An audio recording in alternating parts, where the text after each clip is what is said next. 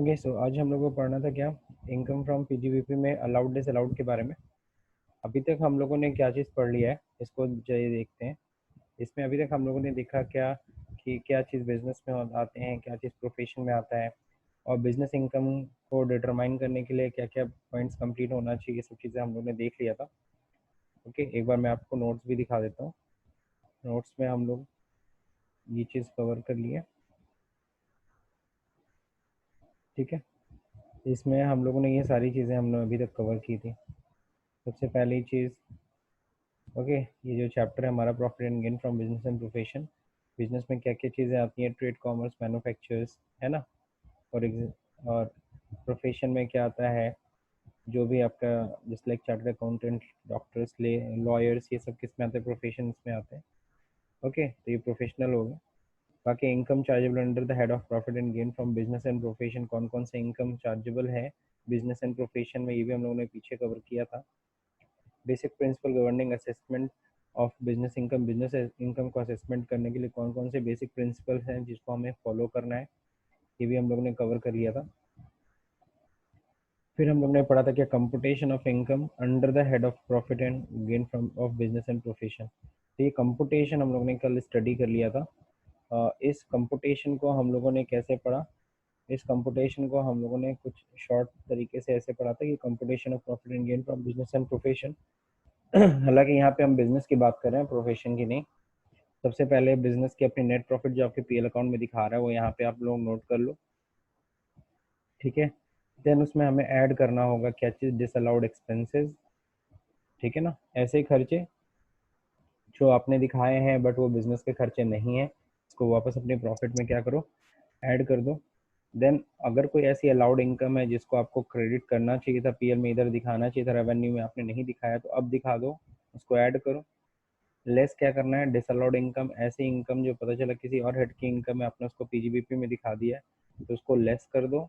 और कोई भी ऐसा अलाउड एक्सपेंसेस जो आपका खर्चा था बिजनेस का बट आपने उसे नहीं दिखाया तो अब दिखा दो, ठीक है। अब फाइनली जो अमाउंट आएगा उसको हम लोग क्या कहेंगे, टैक्सेबल इनकम फ्रॉम पीजीबीपी। तो यहाँ तक हम लोगों ने यस्टरडे यानी कल तक कंप्लीट कर लिया था। आज आगे हम लोग को जो देखना है, ठीक है, उस पर ज़रा ध्यान देते हैं। आज हम लोग को जो कवर करना था,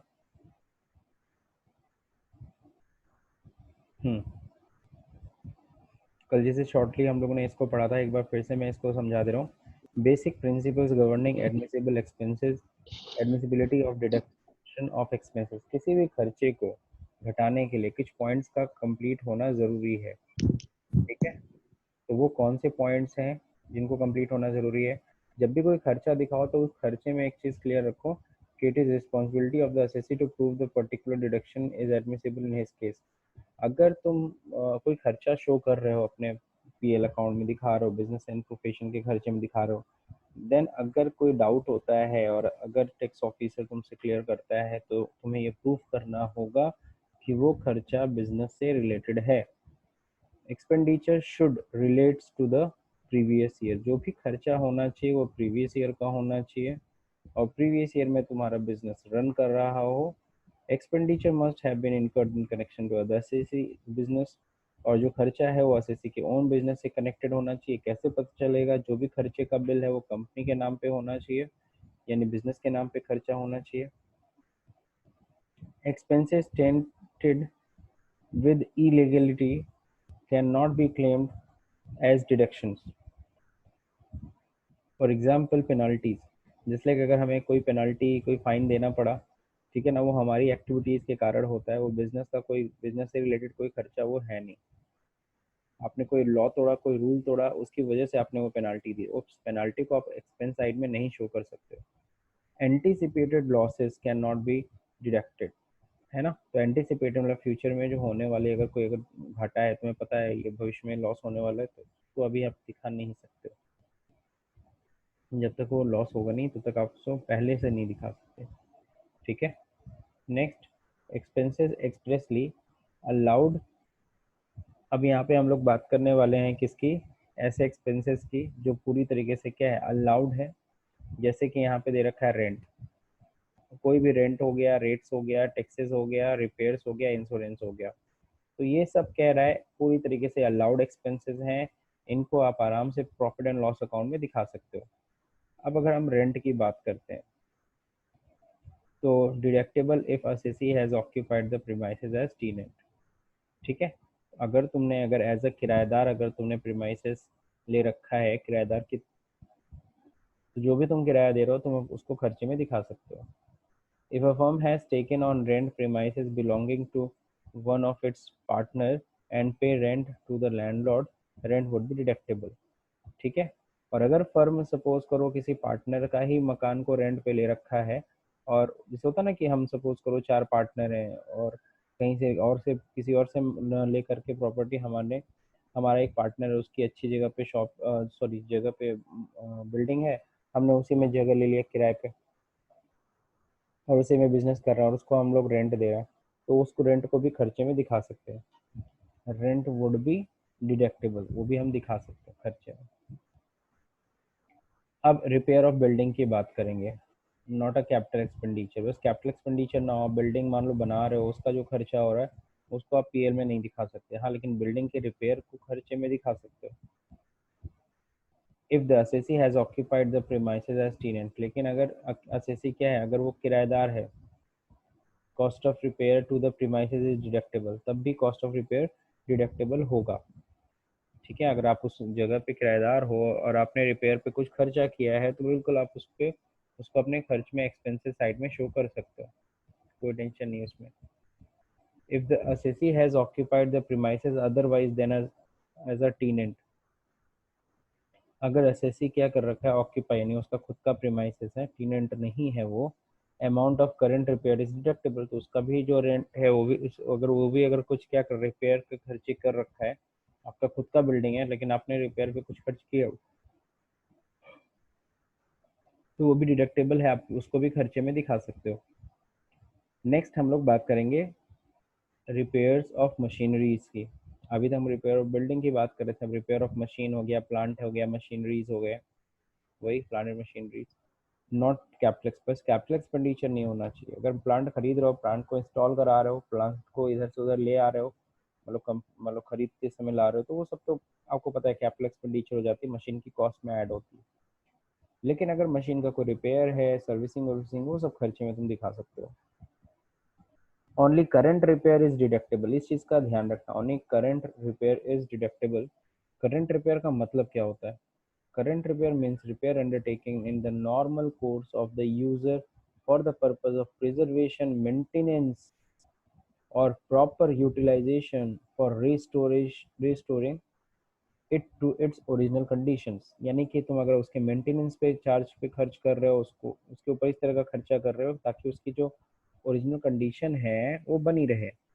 ठीक है, ताकि उसकी जो कैपेसिटी है जो मशीन की वो बनी रहे, यानी कि वही servicing servicing. Such repairs should not bring into the existence nor obtain a new और डिफरेंट एडवांटेजेस।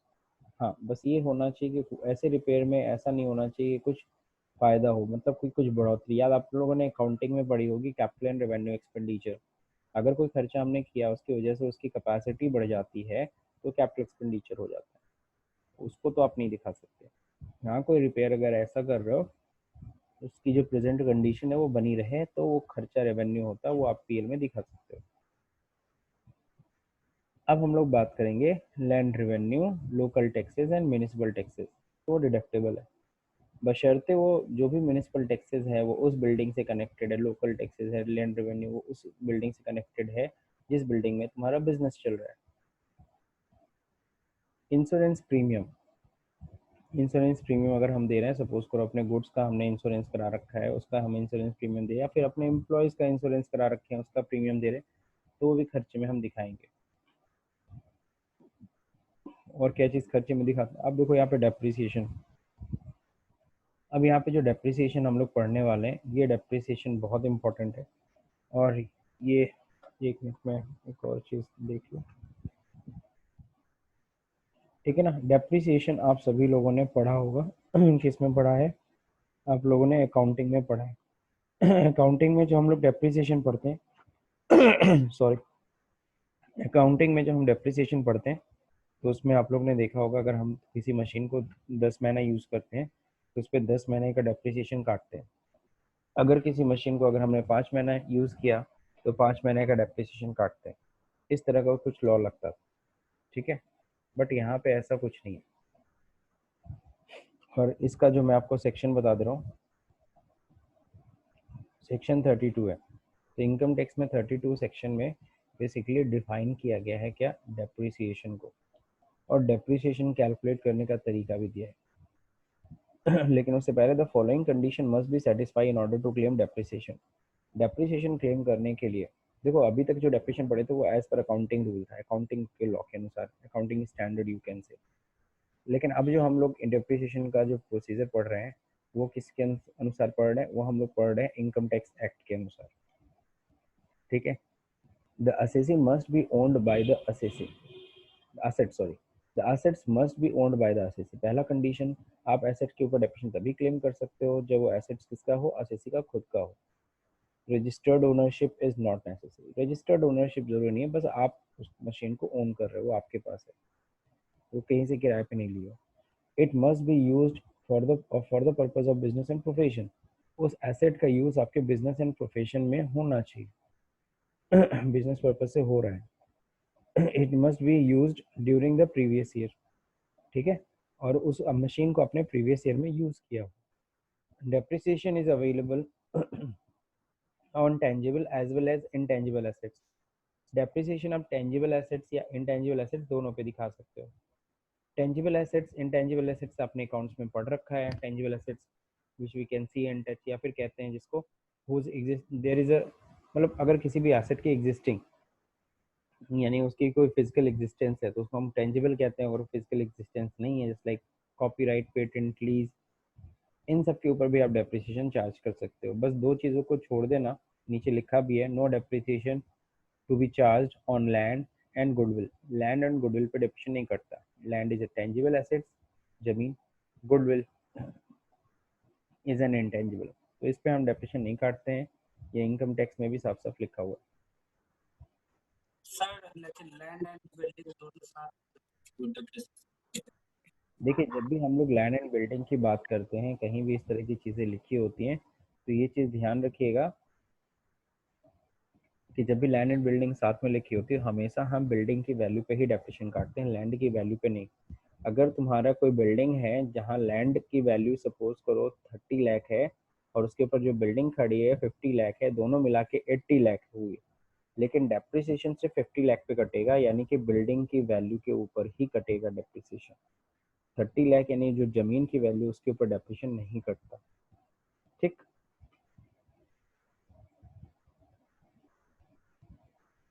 तो इस चीज़ का ख्याल रखना। अब इस इनकम टैक्स में डेप्रिसिएशन को समझने के लिए सबसे पहले तो ब्लॉक ऑफ एसेट्स आपको समझना होगा। तो पहले हम लोग इसको समझेंगे, what is block of assets. Block का मतलब you can say group of assets. तो यहाँ पे लिखा है for income tax purpose assets are categorise into block of assets. यहाँ पे एसेट्स को ग्रुपिंग की गई है, ग्रुपिंग कर दी गई है, which is entirely different from the accounting method. Accounting method में डेफिनेशन जो आपने पढ़ा था उससे एकदम डिफरेंट है ये। ब्लॉक ऑफ एसेट का मतलब क्या, means a group of assets, है ना। तो अगर कोई आपसे पूछे what is block of asset, तो ग्रुप ऑफ एसेट और similar nature in respect of which the same percentage of depreciation is prescribed. यानी ऐसी एसेट जो सिमिलर नेचर की है और उसके ऊपर same percentage of depreciation charge किया जाता है, तो उसको हम लोग एक ग्रुप में रख देते हैं। उस ग्रुप को हम लोग क्या कहते हैं, ब्लॉक ऑफ एसेट। जैसे कई मशीनें हैं जिनके ऊपर 15% डेप्रिसिएशन कटता है। अगर मान लो इस तरह की मशीन है, 15 मशीन, मान लो 10 मशीनरीज हैं जिनके ऊपर 15% डेप्रिसिएशन कटता है, तो उसको एक ग्रुप में डाल देंगे, उसको हम लोग बोलेंगे block of asset. For instance if there is a 10 building, वहाँ पे दिया भी है 10 बिल्डिंग्स है विद 6 बिल्डिंग हैविंग डेप्रिसिएशन 5%। मान लो उसमें से 6 बिल्डिंग है जिसके ऊपर 5% डेप्रिसिएशन लगता है, और 4 बिल्डिंग ऐसी है जिसके ऊपर 10% डेप्रिसिएशन लगता है, then it shall be considered as 2 blocks. तो यहाँ पे 2 ब्लॉक हो गए। 6 बिल्डिंग एक ब्लॉक में चली जाएगी क्योंकि उसके ऊपर 5% लगता है, और 4 बिल्डिंग एक ब्लॉक में चली जाएगी जिसके ऊपर 10% लगता है, ठीक है। तो ब्लॉक ऑफ एसेट का मतलब group of asset on which similar rate of depreciation is charge. बहुत सिंपल सी डेफिनेशन है। block of asset is a group of asset on which a similar rate of depreciation is charged. चलिए अब अगर हम इसको देखें रेट ऑफ डिप्रिसिएशन, तो यहाँ पे डिप्रिसिएशन कैसे काटा जाता है यहाँ पे दिखा रहा है। तो रेट ऑफ डिप्रिसिएशन, स्पेलिंग यहाँ थोड़ी गड़बड़ है। फर्स्ट ईयर ऑफ एक्विजिशन की बात करेंगे, जिस साल हमने एसेट को खरीदा है, एक्विजिट किया है, उसी साल बस ध्यान देना आपको, जिस साल हम लोग एसेट को खरीद रहे हैं उस दिन बस देखो उस साल क्या वो 180 दिन से ज़्यादा यूज़ हुई है, 180 दिन या उससे ज़्यादा यूज़ हुआ, या 180 दिन से कम यूज़ हुआ है। अगर 180 दिन या उससे ज़्यादा यूज हो गया है तो जितना भी rate of depreciation, full rate of depreciation charge करो। और अगर 180 दिन से कम यूज हुआ है तो हाफ, जो भी उसका रेट है डेप्रिसिएशन का, उसको आधा, हाफ रेट चार्ज करो। जैसे मान लो कोई मशीन है हमारी, उसके ऊपर 15% डेप्रिसिएशन लगता है, तो अगर हमने इस साल खरीदी है, सपोज करो 1 जून में खरीदी है, तो जून, जुलाई, अगस्त, सितंबर, अक्टूबर, नवंबर, दिसंबर, जनवरी, फरवरी, मार्च, सर जी 10 महीना, 10 महीने का मतलब मोर देन 180 डेज यूज हुआ। तो इस साल अगर 1 जून में खरीदी है तो जाहिर सी बात है 180 दिन से ज़्यादा समय यूज़ किया वो मशीन, तो उस पर 15% पूरा रेट डेप्रिसिएशन चार्ज कर दो। ये नहीं कि 10 महीने का चार्ज करना, नहीं, फुल रेट आप चार्ज कर दो। लेकिन अगर वही मशीन अगर क्या हुई है, अगर यूज़ हुई है लेस देन 180 डेज, जैसे सपोज करो वही मशीन तुमने कब खरीदा है, 1 दिसंबर को खरीदा, अगर इस साल दिसंबर में मशीन खरीदे तो दिसंबर, जनवरी, फरवरी, मार्च, 4 ही महीना यूज़ हुआ, 120 125 दिन अप्रॉक्स आएगा। तो जाहिर सी बात है 180 दिन से कम यूज़ हुआ है, तो उस केस में उस मशीन के ऊपर 7.5% डेप्रिसिएशन चार्ज होगा, यानी कि 15% नहीं होगा, हाफ रेट डेप्रिसिएशन चार्ज होगा। तो यही जो रूल है ये सबसे अलग करता है किसको, इनकम टैक्स के डेप्रिसिएशन के तरीके को अकाउंट के डेप्रिसिएशन के तरीके से। अकाउंट का जो सिस्टम है डेप्रिसिएशन चार्ज करने का वो डिफरेंट है, इनकम टैक्स में डेप्रिसिएशन बहुत इजी हो जाता है। जैसा कि आपको पता है यहाँ पे कहीं नहीं देखना है कि 10 महीना, 6 महीना, 7 महीना, 8 महीना, यहाँ सीधा सीधा देखना है 180 दिन से, 180 दिन भी यूज हो गया तो सीधे फुल रेट चार्ज कर दो, अगर 180 दिन से लेस देन यूज हुआ है देन हाफ रेट चार्ज करना है। तो काफ़ी यहाँ पे कंफ्यूजन का कोई पॉइंट ही नहीं है। अब इसके बाद होता है अगले साल सब्सिक्वेंट ईयर में, तो वो पूरे साल यूज होगा तो फुल रेट डेप्रिसिएशन चार्ज करो, ठीक है, provided it is use for at least 1 day, ठीक है। अब क्या है यहाँ पे, depreciation is charge in the following manner. अब डेप्रिसिएशन कैसे चार्ज किया जाता है इसको जो समझाया जा रहा है। The written down value of block of assets shall be computed as follows. सबसे पहले तो इस साल की ओपनिंग डब्ल्यू, ओपनिंग डब्ल्यू मतलब क्या होता है, रिटन डाउन वैल्यू, पिछले साल वाला डेप्रिसिएशन कट गया, उसके बाद जो वैल्यू बची साल के अंत में वो तो क्लोजिंग डब्ल्यू हुई, और इस साल की शुरुआत में वो क्या कहलाएगी, ओपनिंग डब्ल्यू हुई। तो written down value of the block at the beginning of the previous year, ठीक है ना, साल के शुरुआत में एसेट की क्या वैल्यू थी उसमें ऐड कर लेना। अगर इस साल के दौरान अगर वैसे ही कोई एसेट अगर खरीदे हो तो purchase assets during the year falling under the same block, अगर इस साल कोई मशीन अगर खरीदे हो तो ओके। अगर सेल कर दिए हो कोई एसेट तो उसको लेस कर देना, बहुत सिंपल है, खरीदे हो तो ऐड करना, सेल किए हो तो लेस कर देना। अब बैलेंस जो बचेगा वही क्लोजिंग डब्ल्यू बचेगी, उसी के ऊपर डेप्रिसिएशन चार्ज होगा। अब डेप्रिसिएशन निकालो, डेप्रिसिएशन लेस करो और क्लोजिंग डब्ल्यू पता चल गई। अब फिर ये क्लोजिंग डब्ल्यू अगले साल की फिर ओपनिंग डब्ल्यू हो जाएगी, फिर यही प्रोसेस अपनाना है। तो ये सिंपल सा कंप्यूटेशन है। अब यहाँ पे कुछ रिमेंबर पॉइंट्स है, कुछ ध्यान देने वाली बातें हैं। Depreciation shall be allowed on written down value method, हाँ ये बहुत इंपॉर्टेंट पॉइंट है। इनकम टैक्स में सबसे पहला पॉइंट आपने जो डिफरेंस आपने देखा डेप्रिसिएशन का वो ये था कि 180 दिन या उससे ज़्यादा यूज़ हो गया तो आप फुल रेट चार्ज कर दो, 180 दिन से कम है तो हाफ रेट चार्ज करो। दूसरा नंबर, इनकम टैक्स का जो डेप्रिसिएशन जो मेथड है वो हमेशा आप सभी को ने पढ़ा हुआ है अकाउंटिंग में, एक था एसएलएम था, एक डब्ल्यूडीवी, एसएलएम मतलब स्ट्रेट लाइन मेथड था और एक रिटन डाउन वैल्यू था। लेकिन इनकम टैक्स फॉलो किसको करता है, इनकम टैक्स कहता है देखो भाई हम डब्ल्यूडीवी मेथड से ही चार्ज करेंगे, कोई और मेथड हम यूज़ नहीं करेंगे। तो जो इंडिया का अपना इनकम टैक्स है वो सिर्फ डब्ल्यूडीवी मेथड यूज़ करता है, कोई और मेथड यूज़ नहीं करता है। अब सवाल उठता है कि कई लोग सोच रहे होंगे कि यार अच्छा है, एक चीज़ बताइए, अगर मान लीजिए हमने अकाउंटिंग लॉ के अनुसार हमने जो अकाउंटिंग कर रखी है उसमें हमने SLM चार्ज किया, फिर इनकम टैक्स में आकर के यहाँ पे फिर WDV चार्ज करना पड़ेगा। तो क्या किया जाए? तो इसीलिए ज़्यादातर क्या करते हैं सारे बिजनेसमैन, ज़्यादातर मैक्सिमम लोग rate and on value he follow करते हैं, ताकि हमें 2 बार डेप्रिसिएशन कैलकुलेट ना करना पड़े। The depreciation rates mentioned hereafter, है ना, are as per income tax act, not companies act. Companies act मतलब वही अकाउंटिंग लॉ, अकाउंटिंग के अनुसार नहीं चार्ज करना है। Books of accounts are however prepared as per company act. ठीक है, हम लोग को पता है, हम लोग जो बुक्स ऑफ अकाउंट तो कंपनी एक्ट यानी अकाउंटिंग रूल के अनुसार मेंटेन करते हैं, लेकिन जब इनकम टैक्स एक्ट को फॉलो करेंगे या हम लोग टैक्स कैलकुलेट करेंगे, उसके लिए हमें इनकम टैक्स का डिप्रिसिएशन मेथड को फॉलो करना है। और रेट्स भी अलग अलग हैं, डिप्रिसिएशन के रेट्स जो है ना, हम जब कंपनी एक्ट में जाते हैं तो वहाँ रेट्स अलग हैं, ये डिप्रिसिएशन के रेट्स अलग हैं। तो मैं आपको पहले इनकम टैक्स के डिप्रिसिएशन के रेट्स दिखा देता हूँ। इनकम टैक्स में सबसे पहला जो ब्लॉक बनाया गया है वो क्या बनाया गया है, वो बिल्डिंग ब्लॉक है। बिल्डिंग में इन्होंने बताया है 3 तरह के ब्लॉक्स हैं, 5%, 10% एंड 100%। ओके, थोड़ा सा ये चेंज हुआ है, तो इसको जरा हम लोग नेट पे देख लेते हैं।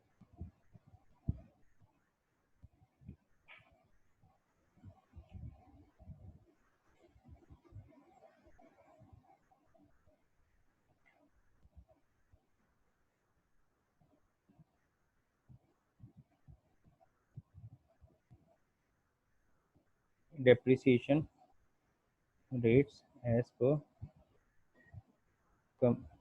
Income tax act. Companies act नहीं देखना, इनकम टैक्स एक्ट देखना है, वो भी 2021 करंट का देख लेते हैं।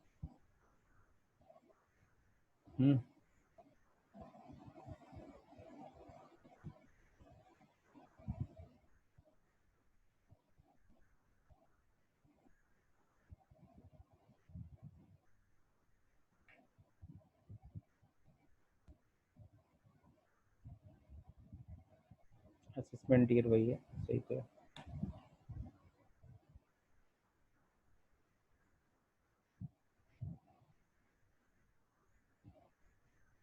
Okay, this are the blocks of assets. Tangible assets से बिल्डिंग है।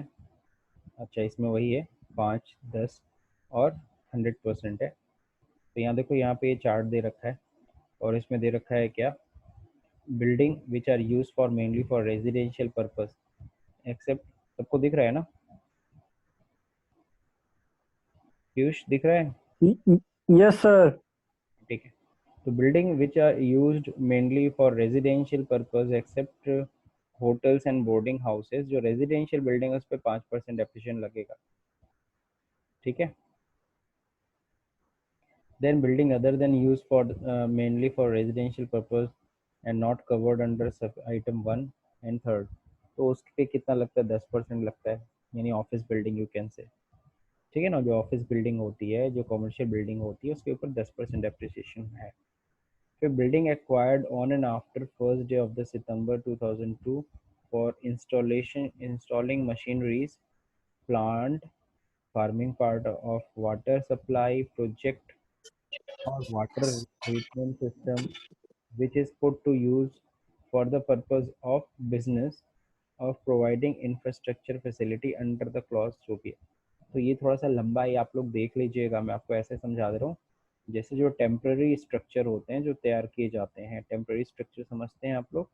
जैसे फॉर एग्जांपल कोई पुल का निर्माण हो रहा है, उसके बगल में कुछ बना लेते हैं, है ना, टेम्प्रेरी स्ट्रक्चर जहाँ पे लेबर ओबर रहते हैं, इंजीनियर्स रहते हैं, या फिर कह लो क्या, जो कहीं मशीन इंस्टॉल हो रही है और लंबी मशीन, मतलब बहुत समय लगेगा मशीन इंस्टॉल करने के लिए।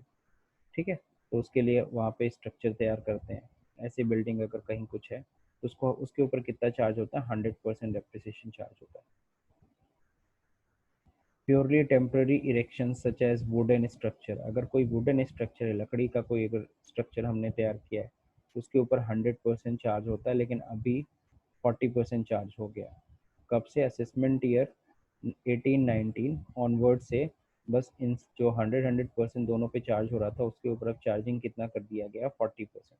तो ये चेंजेस हुए हैं। पहले कितना था, 100% था टेम्पररी स्ट्रक्चर के ऊपर भी, और ये wooden structure, temporary erection of wooden structure के ऊपर। जैसे आपने देखा होगा फिल्मों का सेट होता है, तो फिल्मों का जो सेट होता है वो लकड़ी उकड़ी का बनाया जाता है जो भी है, और मूवी कंप्लीट फिर उसके ऊपर 40% डेप्रिसिएशन चार्ज करो। 100% पहले था, अब 40% चार्ज करो। ठीक है, अब देखें यहाँ पे, इवन दो जो भी आपका हाउस बोट होता है, उन सब के ऊपर भी कितना परसेंट, 40%, क्योंकि वो सब पूरी लकड़ी की होती है। यानी कि इसमें 3 ब्लॉक हैं, यानी पहले था तो 5, 10, 100 था, अब क्या हो गया 5, 10 एंड 40% हो गया। तो यानी कि हम लोग का जो यहाँ पे जो चार्ट अपने बुक में जो दे रखा है, उसको हम लोग थोड़ा सा हम लोग सही कर लेते हैं। ठीक है, अब ये टेम्प्रेरी कंस्ट्रक्शंस या टेम्प्रेरी स्ट्रक्चर के ऊपर 40% चार्ज होता है, ना कि 100%। ठीक है ना, ये कब से चेंज हुआ?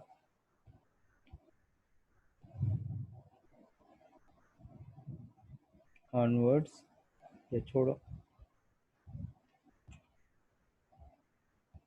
अब देखो यहाँ पे, ये तो हो गया। अगला पॉइंट, अगला डिस्कस करते हैं, और कौन सा डेप्रिसिएशन है।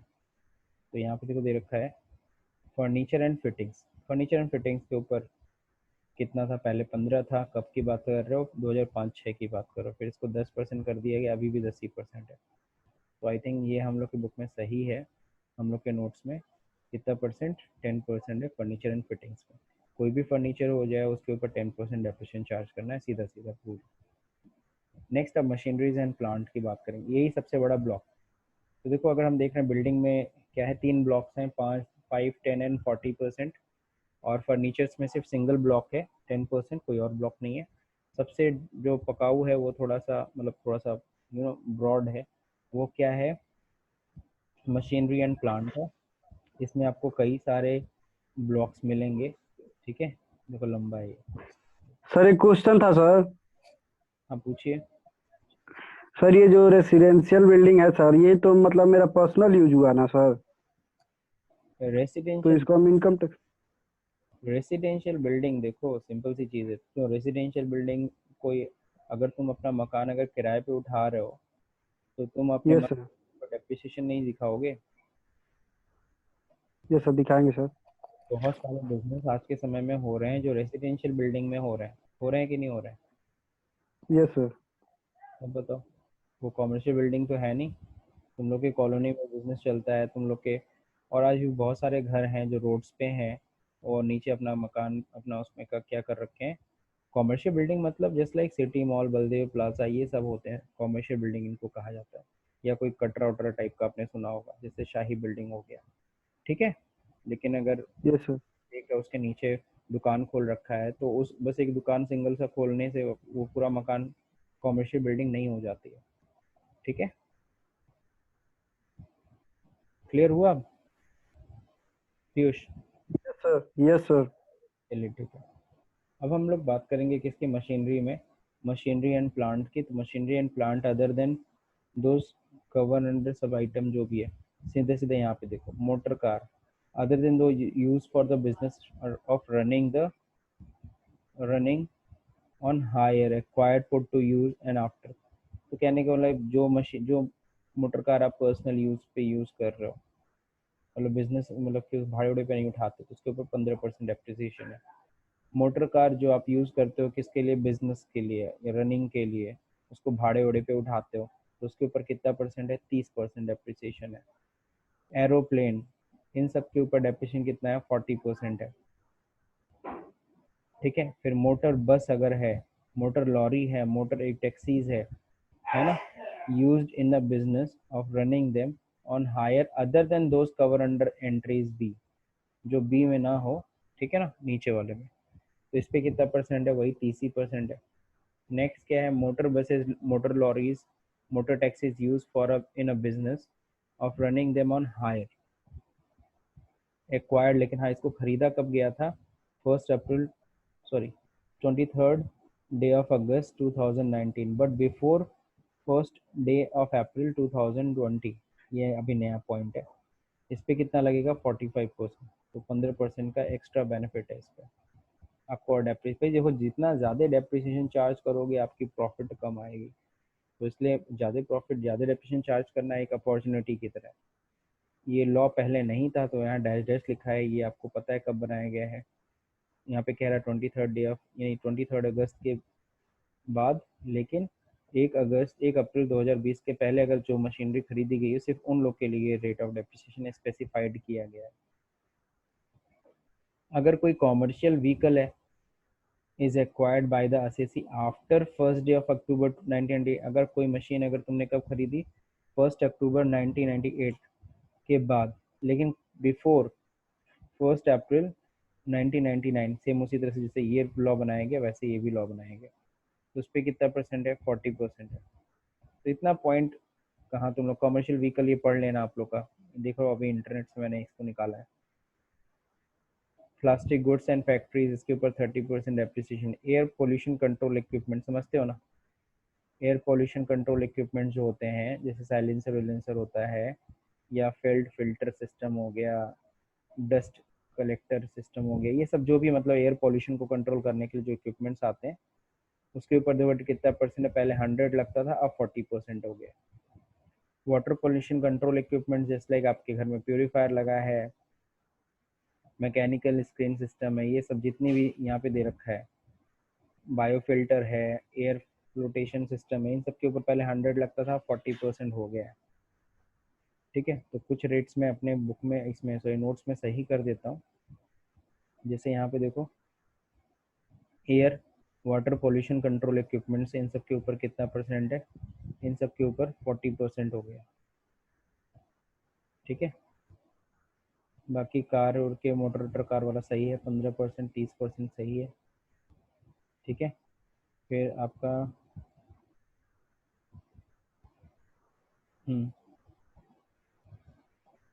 अब हम लोग आ जाते हैं वापस अपने नोट्स पे।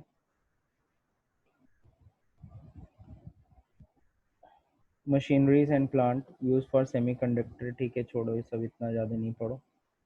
मेडिकल इक्विपमेंट्स है, तो मेडिकल इक्विपमेंट्स के ऊपर देखो कितना लग रहा है, ये सब मशीनरीज हैं मेडिकल इक्विपमेंट्स में जो यूज़ आती है। Okay, 40% appreciation. सर्जिकल लेज़र ले रखा है ना, ये सब मतलब मेडिकल से रिलेटेड है, छोड़ो सब। कंटेनर आप लोग पढ़ लेना अच्छे से अगर पढ़ना अगर होगा। Containers made of glass and plastic 40% है। कंप्यूटर इंक्लूडिंग कंप्यूटर सॉफ्टवेयर, इसके ऊपर हाँ ये आपके काम की चीज़ है, 40% एप्रिसिएशन। तो कंप्यूटर हो गया या कंप्यूटर से, तो ये यहाँ पे अपने बुक में ज़रा देख लेते हैं क्या है, कंप्यूटर इंक्लूडिंग कंप्यूटर सॉफ्टवेयर, तो इसके ऊपर 40% डेप्रिसिएशन हो गया 60% से। तो ये सब चेंजेस हुए हैं अभी जल्द ही। तो ये हो गया कंप्यूटर, पहले देखो 60 लगता था, अब 40% हो गया। तो मेरे बुक में नोट्स में 60 था पहले, पुराना है। Then machinery plant use for weaving processing, garment क्या है, गारमेंट सेक्टर, टेक्सटाइल इंडस्ट्री, उन सब की मशीनरी है, तो उन टेक्सटाइल इंडस्ट्री की मशीनरीज हैं, तो उन सब के ऊपर पहले 50 लगता था, 40 लगता है। Machinery and plant acquired installed on and after 1 of September 2002, इन सब के ऊपर 40% एप्रिसिएशन लगता है। Wooden parts use for artificial silk manufacturing machineries, उसमें वुडन का यूज़ होता है ना, कई मशीनरीज ऐसी होती हैं, तो उनके उस पर, और खासकर ये कपड़े के लिए 40%। Cinematograph film, bulb of studio light, ये सब फिल्म इंडस्ट्री के लिए 40, पहले 100% चार्ज होता था, अब 40% चार्ज होता है। Match factories, wooden matches frames, वही है जो माचिस वचिस की बात कर रहे हैं। ठीक है, तो वहाँ की जो मशीनरीज होती हैं, वहाँ पे जो मशीन यूज़ होती हैं 40%। माइंस एंड क्वेरीज, ठीक है ना, ट्यूब्स, वाइंडिंग रोप्स, इन सब के ऊपर 40%। तो ट्यूब्स एंड ये सब है हम लोगों के उसमें से नहीं है, चलिए नहीं है भी है, अच्छी बात है। इसमें बहुत शॉर्टली करके दिया हुआ है ये डिटेल्स में। फ्लोर मिल 40%, 80% पहले था, तो ये सब आपको देखना पड़ेगा, मतलब नया यही वाला आप बल्कि रख लो, ज़्यादा अच्छा है।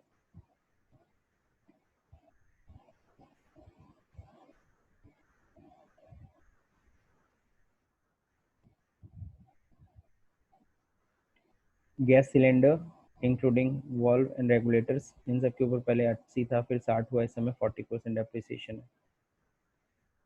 ग्लास मैन्युफैक्चरिंग कंसर्न्स जितनी हैं, डायरेक्ट फायर ग्लासेस मेल्टिंग जो भी 40%, पहले 60 लगता था, 80 60 40। मिनरल ऑयल छोड़ो, ये सब आप लोग पढ़ लीजिएगा खुद से, बहुत लंबा लिस्ट है। शिप, हाँ शिप का देख लेते हैं, ओशियन गोइंग शिप्स हैं, इन सब के ऊपर कितना है, पहले 25 था, अब 20% हो गया, तो ये हम लोग की बुक में है, ये हम लोग के नोट्स में है, तो इसको भी सही कर लेते हैं। अब कितना हो गया, 20% है, सही तो है, ओके 20% ही तो सही है ये। इंटेंजिबल के ऊपर 25 लगता है, वो हम लोग के नोट्स में भी सही है, 25% है।